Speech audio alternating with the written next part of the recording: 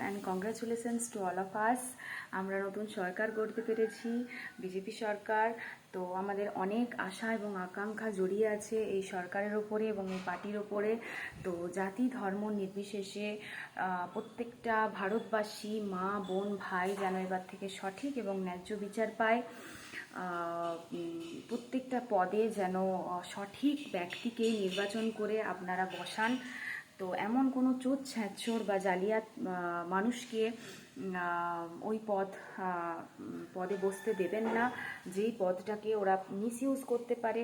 তো সেই সুযোগটাই দেবেন না। প্রত্যেকটা পার্টির মধ্যেই ভালো মন্দ মিশিয়েই থাকে সবাই, কারণ পার্টি যে যার মতের ওপর তৈরি হয়।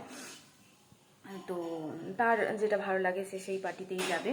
তো এবার থেকে আমরা সবাই সঠিক এবং ন্যায্য বিচার পাবো, কারণ আমাদের এই পার্টি শ্রী রাম ঠাকুরের নামে গড়া এবং গেরুয়া রঙের উপর ভিত্তি করে, যেটা কিনা আমাদের সাধু সন্ন্যাসীরা ধারণ করে।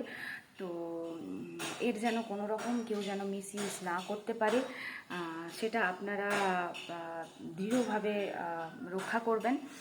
এটাই আমার বলার বক্তব্য আপনাদের কাছে। এবং কারণ জানেন, একটা পচা আলু যদি একটা বস্তার মধ্যে থাকে, সেই একটা পচা আলুই পুরো বস্তাটাকে নষ্ট করার জন্য যথেষ্ট।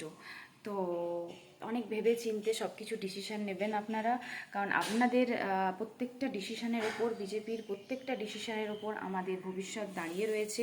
আশা করছি এবার থেকে আমরা সবাই কাজ বাজ ভালোভাবে পাবো, কেউ বেকারত্ব আর থাকবে না, শিক্ষার অনেক উন্নতি হবে।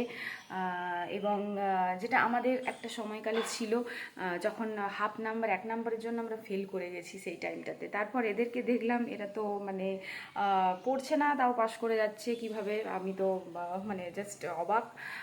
তো যাই হোক, এবার থেকে আমরা সবাই, আমাদের সন্তানরা সবাই সঠিক এবং ন্যায্য বিচার পাবে, এই রেখে আমি আমার বক্তব্য শেষ করলাম। এবং অনেক আশা রইল এই পার্টির উপরে।